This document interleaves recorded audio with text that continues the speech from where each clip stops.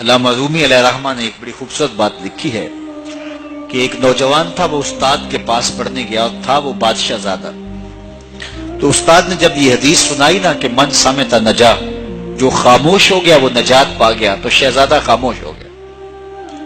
اب بادشاہ کو فکر لاحق ہوگی کہ بیٹا بولتا نہیں، کیا مسئلہ ہوا. حکماء کو بلایا، کسی نے کہا اس کو جو ہے وہ یہ دیا جائے، کسی کو کہا یہ دیا جائے، کسی نے کہا یہ دیا جائے.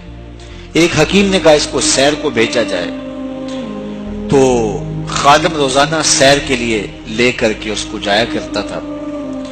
ایک دن اس نے دیکھا کہ ایک درخت ہے جس کی گھنی شاخوں میں جانور بیٹھے ہیں. ایک شکاری تیر کمان لے کر کے گزر رہا تھا. اس نے غور سے شاخوں کو دیکھا، اسے کچھ دکھائی نہیں دیا، گزر گیا. ابھی گزرا ہی تھا کہ بیٹھی ہوئی فاختہ بول پڑی. تو وہ پھر پیچھے پلٹا، غور سے دیکھا اور تاک کے تیر مارا، پھڑپھڑاتی ہوئی فاختہ نیچے آ گئی. تو اس کی زبان سے بے ساختہ نکلا، صدقت یا رسول اللہ، اے پیارے رسول آپ نے سچ کہا ہے. نہ بولتی تو نہ ماری جاتی، خاموشی میں نہ جاتی. بادشاہ روز رپورٹ لیا کرتا تھا کہ بیٹے نے کچھ بات تو نہیں کی. آج بتایا خادم نے کہ یوں یوں ماجرا ہوا ہے. بادشاہ سمجھ گیا کہ یہ تو قصداً خاموش ہوا ہوا ہے. تو اس نے جلاد کو بلایا، کہا ذرا اس کو آج الٹا لٹکاؤ نا، تو اس کی مرمت کرو. تو جلاد نے الٹا لٹکا کے جب اس کو کوڑا مارا نا تو پھر چیخا، کہا صدقت یا رسول اللہ صلی اللہ علیہ وسلم، یا رسول اللہ آپ نے سچ کہا. فاختہ بولی وہ ماری گئی، میں بولا میں مارا گیا. خاموشی اختیار کریں گے، جہاں بہت ضروری ہو وہاں بولیں گے.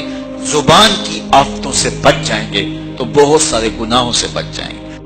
اس کی آفات سب سے زیادہ ہے، سب سے زیادہ گناہ زبان کی وجہ سے. تو فرمایا جو خاموش ہو گیا وہ نجات پا گیا. کیونکہ یہ بولتی ہے تو جھوٹ بولتی ہے، یہ بولتی ہے تو شکوے کا لہجہ اختیار کرتی ہے، بہتان لگاتی ہے، غیبت کرتی ہے، چغلی کرتی ہے، دو افراد کو تقسیم کرنے کا ذریعہ بنتی ہے، لوگوں کے دل دکھاتی ہے، اذیت پہنچاتی ہے، گالی سب و شتم یہ اس کا مزاج بن جاتا ہے. تو اس لیے زبان سے جب بولیں تو خوبصورت بات بولیں یا پھر خاموش رہیں. تو خاموشی نجات دیتی ہے، جو خاموش رہا وہ نجات